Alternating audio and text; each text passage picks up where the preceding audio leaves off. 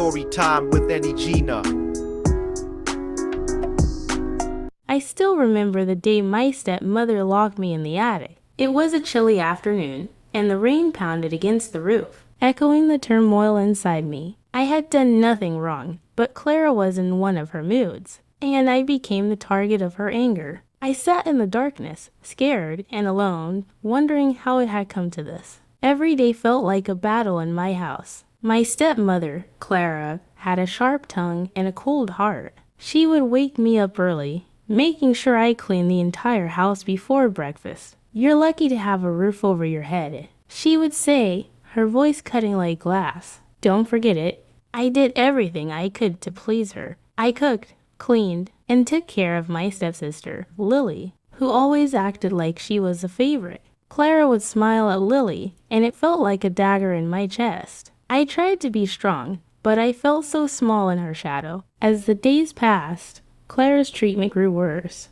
If I made even the smallest mistake, I would face her wrath. Once, I accidentally spilled some flour while baking. Clara screamed at me for hours, calling me clumsy and useless. I stood in the kitchen, my hands trembling, wishing I could disappear. Afterward, I spent the rest of the day cleaning the mess, dreading the next time I would have to face her. School was my only escape. I looked forward to spending time with friends, laughing and feeling normal, even if just for a few hours. But I often came home to find Clara waiting, ready to remind me of my responsibilities. "You think school is a vacation?" she would say, her eyes narrowing. "You have chores to do." One evening, after a long day of cleaning, I gathered my courage and asked Clara if I could go to the school dance. I thought it might be a chance to feel free and happy. She turned to me, eyes blazing. "You think you deserve to have fun. You can't even keep this place clean."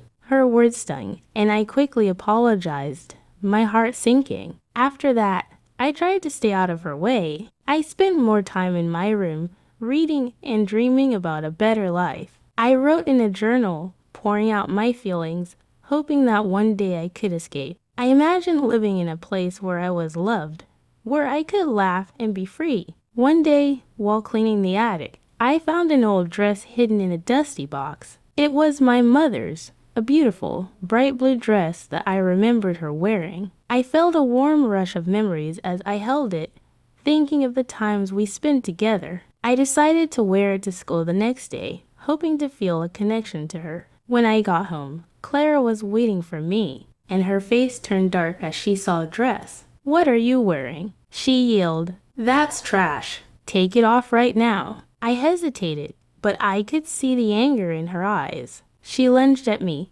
tearing the dress from my body, and I stood there in shock. I felt like I was losing the last piece of my mother. That night, I cried in my room, clutching my journal. I wrote about the hurt I felt, how trapped I was, and how I longed for freedom. Writing became my sanctuary, a place where I could express my pain without fear of judgment. It was my only way to escape the harsh reality of my life. Weeks turned into months, and the maltreatment didn't stop. I tried to be invisible, doing everything Clara asked without question. But every time she found something wrong, it chipped away at my spirit. I felt like I was disappearing, a shadow in my own home. One night, after a particularly hard day when Clara had berated me for hours, I decided I couldn't take it anymore. I gathered my few belongings, my journal, some clothes, and a small amount of money I had saved from odd jobs. I made a plan to leave, knowing that staying would only lead to more pain. As I crept out of the house, the rain soaked my hair, but I felt a strange sense of relief. I didn't know where I was going, but I couldn't stay in that house any longer. I reached the edge of town, glancing back at the place that had held me captive for so long. For the first time, I felt a flicker of hope. I found a small park nearby and sat on a bench, shivering but determined. I opened my journal and began to write. I wrote about my dreams, about the freedom I longed for, and the strength I was beginning to find in myself. The pages filled with my hopes and fears, and I realized that writing was not just a release. It was a way to reclaim my life. The next morning, I woke up to the sound of birds chirping and the sun shining. I felt stronger than ever. I had left the darkness behind me, and I was ready to find my own way in the world. I took a deep breath and walked toward the town, determined to make a fresh start. I spent my days exploring the streets, visiting libraries and parks, and slowly gaining confidence. I found a small cafe where I could work part-time, serving coffee and pastries. The people there were kind, and I felt a sense of belonging I had never experienced before. One day, while working, I met an older woman named Mrs. Thompson. She was warm and caring, and we quickly struck up a friendship. I shared my story with her, and she listened without judgment. "You're brave for leaving," she said,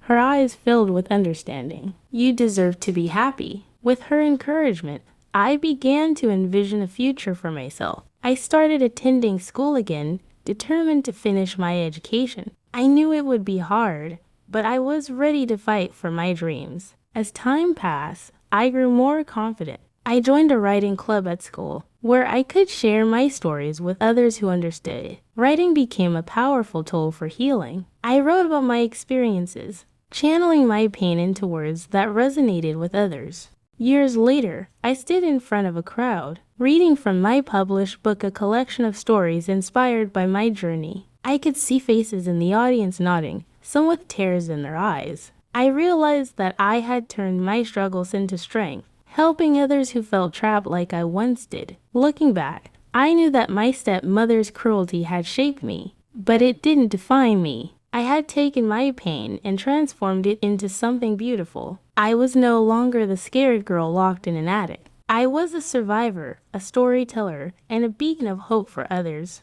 I walked off the stage, my heart full. I had found my voice, and I was ready to inspire others to find theirs. The journey wasn't easy, but every step led me closer to the life I had always dreamed of.